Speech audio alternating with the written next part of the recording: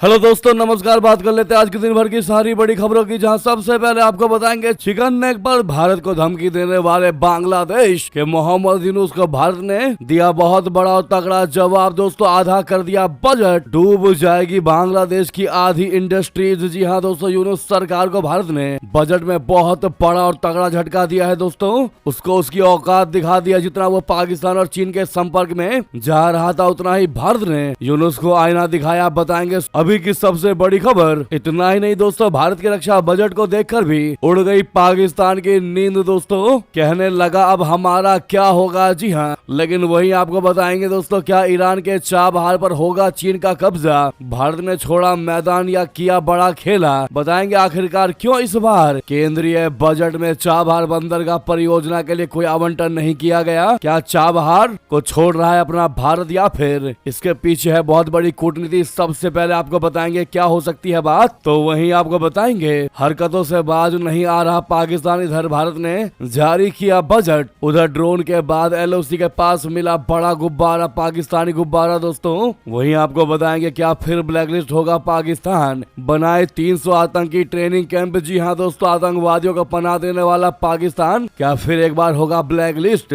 वहीं दोस्तों, बजट के बीच अचानक क्यों मची इस राज्य में खलबली? 20 से भी ज्यादा बीजेपी एनडीए के नेता आए दिल्ली। क्या होने वाला है कुछ बड़ा? वहीं अगर आप भी सोना चांदी खरीदने वाले हैं दोस्तों, तो ये खबर जानना बहुत जरूरी है। एक से एक बेहतरीन खबर आपको आज बताने वाले हैं। हमेशा की तरह आप बस वीडियो के लास्ट तक, अंत तक बने रहिएगा। और खबरों में आगे बढ़ने से पहले, भारत की मोदी सरकार द्वारा बढ़ाए गए रक्षा बजट को लेकर हैप्पी हैं, मानते हैं कि आज के समय में रक्षा बजट बहुत जरूरी है और भारत की कूटनीति का दिल से समर्थन करते तो वीडियो को लाइक करके, इस चैनल को सब्सक्राइब करके, बेल आइकन दबा के कमेंट में जय हिंद कह दीजिएगा। अब बात कर लेते हैं पहली सबसे बड़ी खबर की, जहां भारत की केंद्रीय वित्त मंत्री निर्मला सीतारमण ने लगातार 9वीं बार देश का बजट 2026-27 पेश कर दिया। ऐसा करने वाली निर्मला सीतारमण पहली विदेश मंत्री बन गई। नेबरहुड फर्स्ट के तहत विदेशी सहायता के लिए बजट 2026-27 के लिए विदेश मंत्रालय को 22,118.97 करोड़ रुपए आवंटित किए जाएंगे। भारतीय विदेश मंत्रालय के बजट में मामूली बढ़ोतरी हुई है। पिछले साल यह आंकड़ा 20,516.61 करोड़ रुपए था। पिछले साल की तुलना में भारत ने इस साल दूसरे देशों के लिए बजट में बड़े बदलाव किए हैं। भारत ने कई देशों के लिए बजट बढ़ाया है तो कुछ देशों के लिए वित्तीय सहायता घटा दी है। जी हां, चिकन नेक पर धमकी देने वाले बांग्लादेश को भारत ने आईना दिखाते हुए उसका बजट आधा कर दिया। दोस्तों, बांग्लादेश के लिए 60 करोड़ रुपए की सहायता राशि का ऐलान किया गया है। इसकी वजह यह है कि इससे पहले भारत ने बांग्लादेश के लिए 120 करोड़ रुपए दिए थे, लेकिन सिर्फ 34 करोड़ रुपए ही इस्तेमाल हुए। बजट में भारत ने अपने सबसे करीबी रणनीतिक साझेदार भूटान के लिए वित्तीय सहायता बढ़ाकर 2288.55 करोड़ रुपए कर दिए गए हैं। ये दोनों देशों के बीच खासकर हाइड्रो पावर और इंफ्रास्ट्रक्चर डेवलपमेंट जैसे एरिया में हमेशा रहने वाले खास रिश्तों को दिखाता है। दोस्तों, अफगानिस्तान के लिए वित्तीय सहायता 50 करोड़ से बढ़ाकर 150 करोड़ रुपए कर दी गई है। भारत हमेशा से ही अफगानिस्तान में मानवीय मदद के लिए राहत संबंधित कार्य करता रहा है। ऐसे में यह बजट मानवीय और विकास में मदद के लिए भारत के लगातार कमिटमेंट का संकेत है। बता दें, बात अगर नेपाल की करें तो इसके अलावा नेपाल को 800 करोड़ रुपए मिले हैं दोस्तों, जो 100 करोड़ रुपए ज्यादा है। वहीं श्रीलंका को 400 करोड़ रुपए दिए गए हैं, जो 100 करोड़ ज्यादा है। तूफान दितवाह से निपटने के लिए हाल ही में भारत ने श्रीलंका के लिए वित्तीय सहायता भेजी थी। ऐसे में यह बजट स्वाभाविक रूप से सुधार और आवश्यकताओं के हिसाब से बढ़ाया गया है। दोस्तों,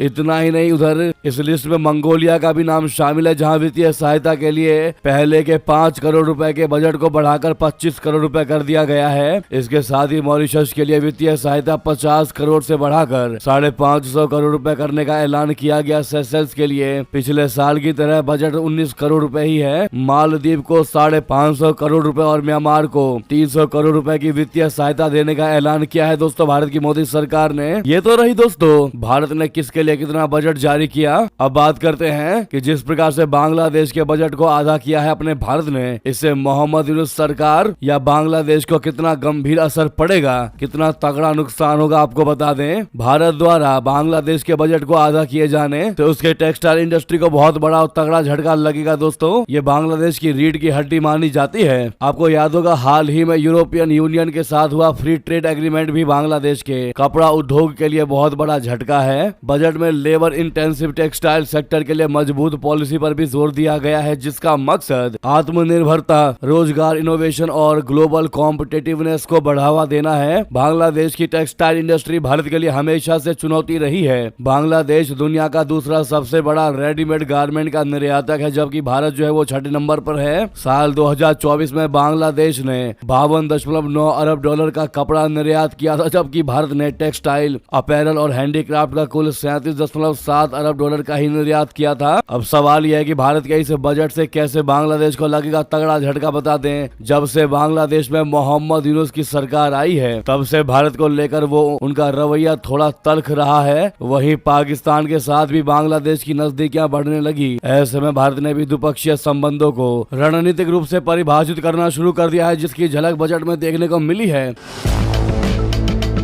भारत कपड़ा बाजार को आकर्षक बनाने की तैयारी कर रहा है। बजट से तो बांग्लादेश की टेक्सटाइल इंडस्ट्री को तगड़ा झटका लगेगा ही, साथ ही साथ ईयू के साथ हुआ फ्री ट्रेड एग्रीमेंट भी उसको करारा झटका देगा, यानी दो तरफा मार झेलेगा बांग्लादेश। जी हाँ दोस्तों, दो तरफा क्यों बता दे। यूरोपियन यूनियन के 263 अरब डॉलर के कपड़ा बाजार में चीन के बाद बांग्लादेश की हिस्सेदारी सबसे ज्यादा है। वो 21 से 22% बाजार पर कब्जा जमाए हुए हैं। उसको यहाँ ड्यूटी फ्री एक्सेस है, जिसकी वजह से उसका कारोबार इतना बड़ा है दोस्तों। वहीं भारत की हिस्सेदारी सिर्फ 5 से 6% ही है, यानी वो यहाँ सिर्फ 8 अरब डॉलर के ही कपड़े बेच पाता है, क्योंकि उस पर 9 से 12% टैक्स लगता है। हालांकि एफटीए के बाद टैक्स 0 हो जाएगा, जिससे यहाँ भारत का कपड़ा कारोबार बढ़ेगा और इससे बांग्लादेश की टेक्सटाइल इंडस्ट्री को बहुत बड़ा तगड़ा झटका लगना 101% तय मानी जा रही है दोस्तों। अब इस पर क्या है आपकी राय? अगर आप भी मानते हैं कि यूनुस जैसे लोग जब तक सत्ता में रहेंगे तब तक और भी कम बजट कर देना चाहिए बांग्लादेश का, और भारत ने बजट को आधा करके बहुत अच्छा फैसला लिया है बांग्लादेश के लिए। बांग्लादेश नहीं दोस्तों, कहेंगे हम यूनुस के बांग्लादेश के लिए। तो इस वीडियो को लाइक जरूर करिएगा। सामने लाइक का बटन है, अभी तक लाइक नहीं किया तो बटन दबा दीजिएगा। लेकिन वहीं जितना ज्यादा हो सके वीडियो को शेयर करिएगा दोस्तों, ताकि हर किसी को ये मालूम पड़ सके कि भारत ने कैसे इकोनॉमिक स्ट्राइक किया है दोस्तों बांग्लादेश पर, मोहम्मद यूनुस पर। जी हाँ, साथ ही साथ अगली खबर बता दें, उधर भारत का रक्षा बजट देकर पाकिस्तान की उड़ गई नींद दोस्तों। कह दिया अब हमारा क्या होगा बता दें। भारत की वित्त मंत्री निर्मला सीतारमण ने रविवार को केंद्रीय बजट पेश किया, जिसके बाद उस बजट में रक्षा क्षेत्र पर काफी जोर दिया गया। ये देखकर पाकिस्तान के एक्सपर्ट का खास तौर से ध्यान गया। पाकिस्तानी टिप्पणीकार कमर चीमा का कहना है कि भारत ने इस साल के बजट में रक्षा पर जिस तरह जोर दिया, ये आम बात नहीं है। ये भारत की सैन्य क्षेत्र में तेजी से मजबूत होने की बहुत बड़ी कोशिश है। पाकिस्तान के लिए खास तौर से ये परेशानी का सबब हो सकता है। कमर चीमा ने रविवार को अपने एक वीडियो में कहा कि इस दफा रक्षा बजट 15% तक बढ़ाया गया है। भारत ने नेशनल सिक्योरिटी और सेना पर ज्यादा खर्च करने की बात कही है। साथ ही इंडिया ने रशिया से सुखोई 57 लड़ाकू विमान लेने का फैसला किया है। ऐसा होता है तो फिर यकीनन पाकिस्तान की मुश्किल खड़ी हो सकती है, पाकिस्तान मुश्किल में फंस सकता है। चीमा ने आगे कहा कि भारत ने बड़ी रकम डिफेंस के लिए रखी है, तो ये साफ है कि वो सुखोई 57 जैसे अत्याधुनिक लड़ाकू विमान खरीदेंगे रशिया से। सुखोई 400 यानी S-400 एयर डिफेंस सिस्टम की ज्यादा खरीद हो सकती है। रक्षा सौदों में रशिया ही भारत का सबसे बड़ा भरोसेमंद दोस्त रह सकता है। डोनाल्ड ट्रंप के दबाव के बावजूद हथियारों के लिए भारत का रशिया पर ही भरोसा कायम रहेगा। कमर चीमा ने कहा कि भारत ने फ्रांस, रशिया से लेकर ऑस्ट्रेलिया और दूसरे देशों से हथियार खरीद पर ध्यान बढ़ा रखा है। डिफेंस बजट भी दिखाता है कि भारत सरकार रक्षा के मुद्दे पर ज्यादा से ज्यादा संजीदा हो गई है। वहीं पाकिस्तान को लगता है कि मौका पड़ने पर चीन उसके काम आ जाएगा। पाकिस्तान की चीन से एक अलग तरह की सहजता है। कमर चीमा का कहना है कि बीते साल भारत की पाकिस्तान से हुई लड़ाई भी बजट बढ़ाने की बहुत बड़ी वजह है। इस लड़ाई ने भारत को दिखा दिया कि उसके सामने सिर्फ पाकिस्तान ही नहीं बल्कि उससे बड़ी ताकत चाइना भी है। हालांकि चीन से भारत की लड़ाई संभव नहीं है दिखती। भारत की बड़ी ताकत पाकिस्तान के लिए ही मुश्किल पैदा करती है। तो देखा दोस्तों आपने, भारत के इस बढ़ते हुए रक्षा बजट को देखकर पाकिस्तानी एक्सपर्ट कमर चीमा की भौहें चौंक गई दोस्तों, और पाकिस्तान भी ऐसा करे। पाकिस्तानियों को, पाकिस्तान के हुक्मरानों को सलाह दी गई, यानी कि भारत एकदम राइट डायरेक्शन में जा रहा है अपना साथ ही साथ दोस्तों इसी से जुड़ी एक और बहुत बड़ी जानकारी आपको बता दे, क्या ईरान के चाबहार पर होगा चीन का कब्जा?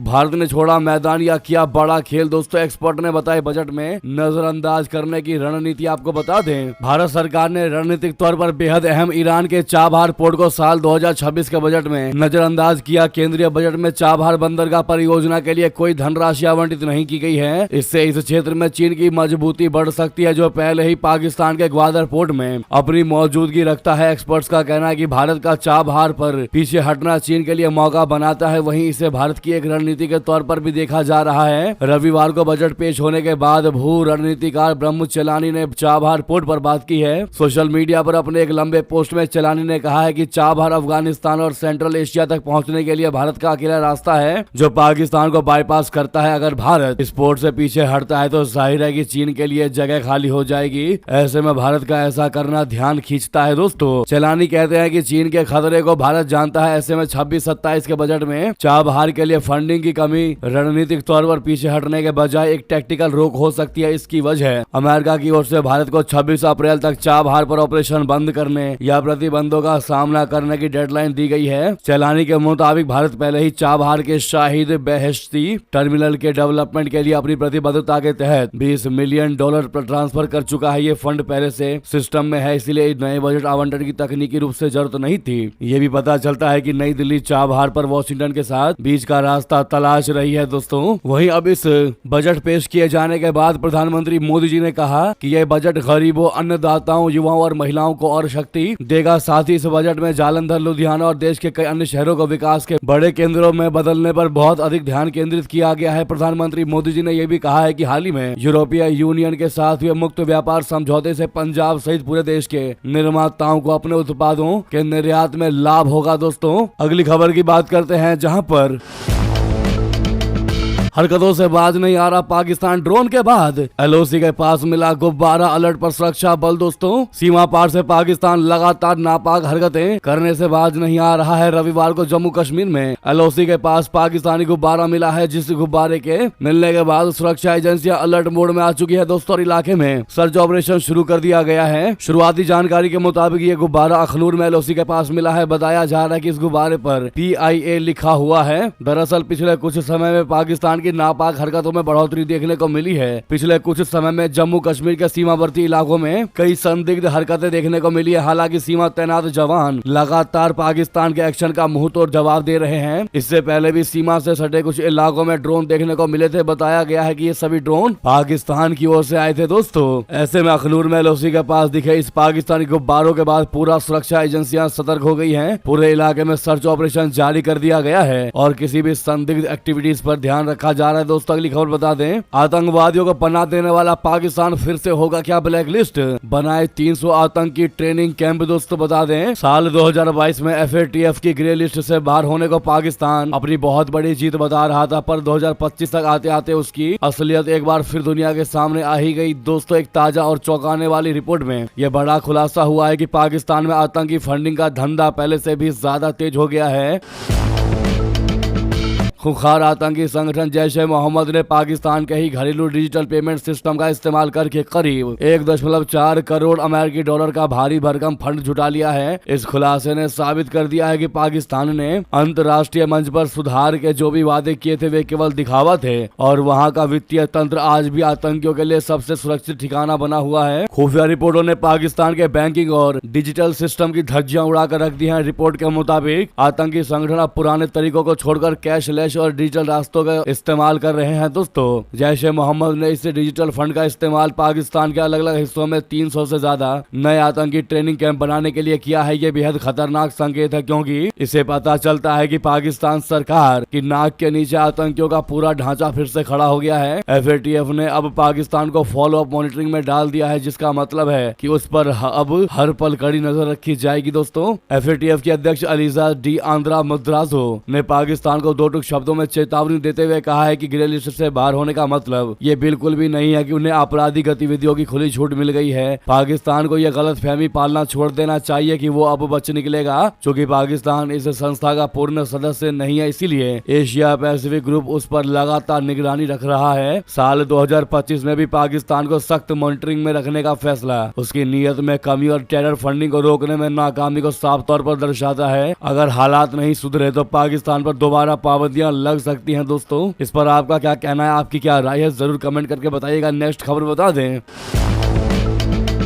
जिनपिंग ने किया अमेरिकी करेंसी के रुतबे को चैलेंज, कहा हमारी मुद्रा बने इंटरनेशनल रिजर्व। दोस्तों, चीन और अमेरिका में छिड़ गई अब नई जंग। अब चीनी करेंसी के दम पर ट्रम्प को आंख दिखाएंगे जिनपिंग। युआन की होगी बल्ले बल्ले, क्या है ऐसा बता दें। चीन के राष्ट्रपति शी जिनपिंग ने इंटरनेशनल इकोनॉमी में डॉलर के प्रभुत्व को सीधी चुनौती दी है। उन्होंने चीन की करेंसी युआन को मजबूत करेंसी बनाने का आह्वान किया। जिनपिंग ने कहा है कि युआन को इस स्तर तक मजबूत किया जाए कि इसे दूसरे देश इंटरनेशनल रिजर्व की तरह जमा करे। आपको बता दें कि अभी ये रुतबा डॉलर को हासिल है। जिनपिंग के इस बयान को डॉलर की बादशाहत को चुनौती मानी जा रही है। दुनिया की पहली और दूसरे नंबर की अर्थव्यवस्थाओं के बीच का ये टकराव दुनिया के लिए गहरे मायने रखता है। दोस्तों, अमेरिका के बाद दुनिया की दूसरी सबसे बड़ी इकोनॉमी चीन अमेरिकी डॉलर पर निर्भरता कम करने के लिए इंटरनेशनल ट्रेड में युआन का इस्तेमाल बढ़ा रहा है। पिछले साल उसने अपने 6.2 ट्रिलियन अमेरिकी डॉलर के विदेशी व्यापार का लगभग 1/3 हिस्सा अपनी लोकल करेंसी में सेटल किया था। शनिवार को सत्तारूढ़ कम्युनिस्ट पार्टी के प्रमुख सैद्धांतिक जर्नल कीवूशी में छपे एक आर्टिकल में शी ने कहा कि चीन को एक मजबूत करेंसी बनाने की आवश्यकता है जिसका इस्तेमाल इंटरनेशनल ट्रेड, इन्वेस्टमेंट और फॉरेन एक्सचेंज मार्केट में बड़े पैमाने पर किया जा सके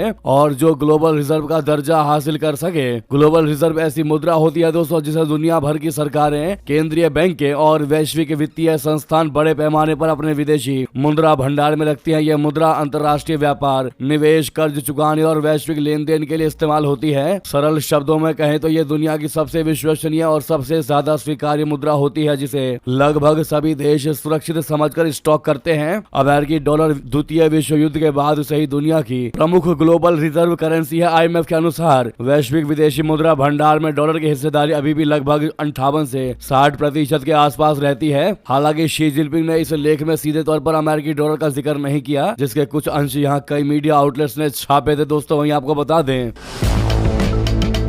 सर्बियाई राष्ट्रपति ने एपस्टीन फाइल्स से जोड़ा हमले का कनेक्शन 48 घंटे के भीतर ईरान पर हमले के लिए तैयार रहे। जी हां दोस्तों, सर्बिया के राष्ट्रपति अलेक्जेंडर वुसिक ने रविवार को एक ऐसा बयान दिया जिसने दुनिया भर में हलचल मचा दी, भूचाल ला दिया। जी हां, वुसिक ने भविष्यवाणी किया कि अगले 48 घंटों के भीतर ईरान पर सैन्य हमला हो सकता है। दिलचस्प बात दोस्तों यह है कि उन्होंने इस संभावित हमले का संबंध किसी सैन्य उकसावे से नहीं बल्कि अमेरिका में हाल ही में सार्वजनिक हुई जेफरी एपस्टीन की फाइल्स से जोड़ा है। सर्बियाई चैनल पिंक टीवी को दिए इंटरव्यू में राष्ट्रपति वुसिक ने कहा कि जब भी अमेरिका में कोई बड़ा घरेलू विवाद या बकवास बातें सामने आती हैं तो ध्यान भटकाने के लिए कहीं न कहीं बमबारी की जाती है। दोस्तों, उनका अब ये बयान ऐसे समय में आया है जब अमेरिका और ईरान के बीच तनाव अपने चरम पर है। डोनाल्ड ट्रंप ने ईरान के तटों के पास बहुत बड़े और शक्तिशाली जहाज तैनात कर दिए हैं। ट्रंप ने ईरान को चेतावनी भी दे रखी है कि वो परमाणु हथियारों पर समझौता करे वरना सैन्य कार्रवाई के लिए तैयार रहे। इधर ईरान ने भी साफ साफ कह दिया है कि अगर उस पर हमला हुआ तो वो पूरे क्षेत्र में भीषण युद्ध छेड़ देगा और इसका मुंह तोड़ जवाब देगा।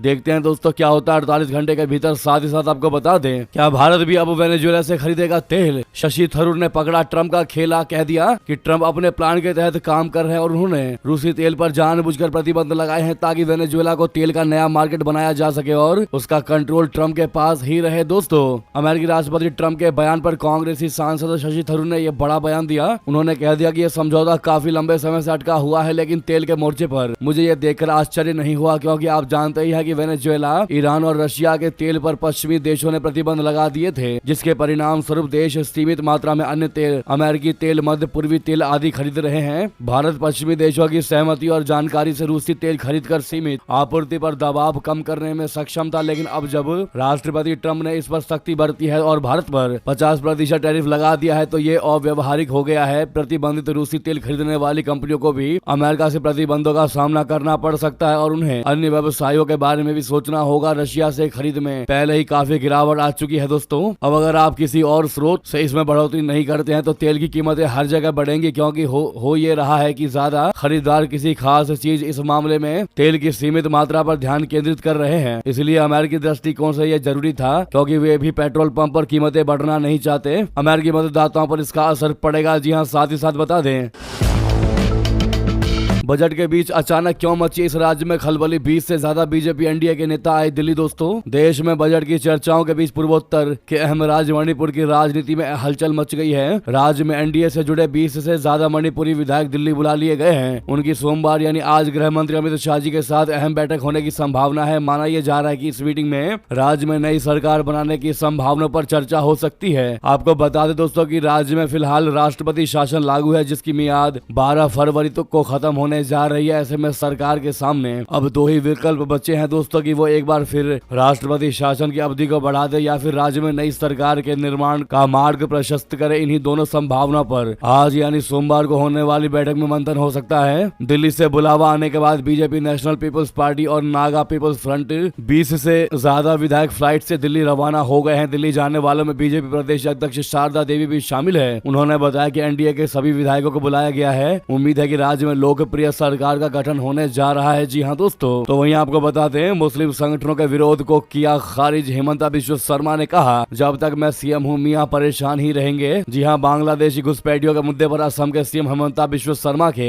बयानों से देश के मुस्लिम संगठन आग बबूला है, लेकिन इससे उन्हें कोई फर्क नहीं पड़ रहा है। वे बेबाक तरीके से घुसपैठियों को देश से बाहर निकालने की अपनी मुहिम आगे बढ़ा रहे हैं दोस्तों। अब उन्होंने एक बार फिर कट्टरपंथी मुस्लिम संगठनों और उनकी पैरवी कर रहे विपक्षी दलों को करारा संदेश दिया। एक सरकारी कार्यक्रम के दौरान शर्मा ने कहा कि मियां अवैध बांग्लादेशी घुसपैठिए हैं, उन्हें किसी भी सूरत में असम में रहने और काम करने की अनुमति नहीं दी जाएगी। हिमंता ने सख्त शब्दों में कहा, चिताया कि जब तक मैं असम में रहा वे इसी तरह परेशानियों का सामना करते रहेंगे। बेहतर है कि वे अपने उसी मुल्क वापस लौट जाए जहां से वे आए थे। असम के सीएम ने कहा कि मियां मुसलमान असम में शांति के साथ नहीं रह सकते, कानून के मुताबिक वे यहाँ पर काम नहीं कर सकते। उन्होंने जोर देकर कहा कि उन्हें मियां मुसलमानों को लगातार कठिनाइयों का सामना करना चाहिए, जिससे वे परेशान होकर राज्य छोड़कर चले जाएं। उन्होंने कहा कि मैंने कोई गलत बात नहीं की थी, बल्कि उनके फायदे का ही जिक्र किया था। किसी देश के नागरिक अपनी जमीन पर ही काम कर सकते हैं, दूसरे मुल्क में घुसपैठ करके नहीं। अगर वे इस बात समझने के लिए तैयार नहीं है, इस बात को समझने के लिए प्रिपेयर नहीं है, तो मुझे उनके खिलाफ काम करना ही होगा। मुख्यमंत्री ने राज्य के लोगों को चेता दिया कि असम की जनसांख्यिकी तेजी से बदल रही है। आने वाली जनगणना में इसके गंभीर नतीजे सामने आ सकते हैं। वही बता दें, ये थी की सारी बड़ी खबरें। आपको खबर कैसी लगी जरूर कमेंट करके बताइएगा। लगे हाथ तो वीडियो को लाइक करके चैनल को सब्सक्राइब करके बेल आइकन दबा के कमेंट में जय हिंद कह दीजिएगा। मिलता अगली बड़ी खबर में। बहुत बहुत धन्यवाद, बहुत बहुत आभार। जय हिंद, जय भारत।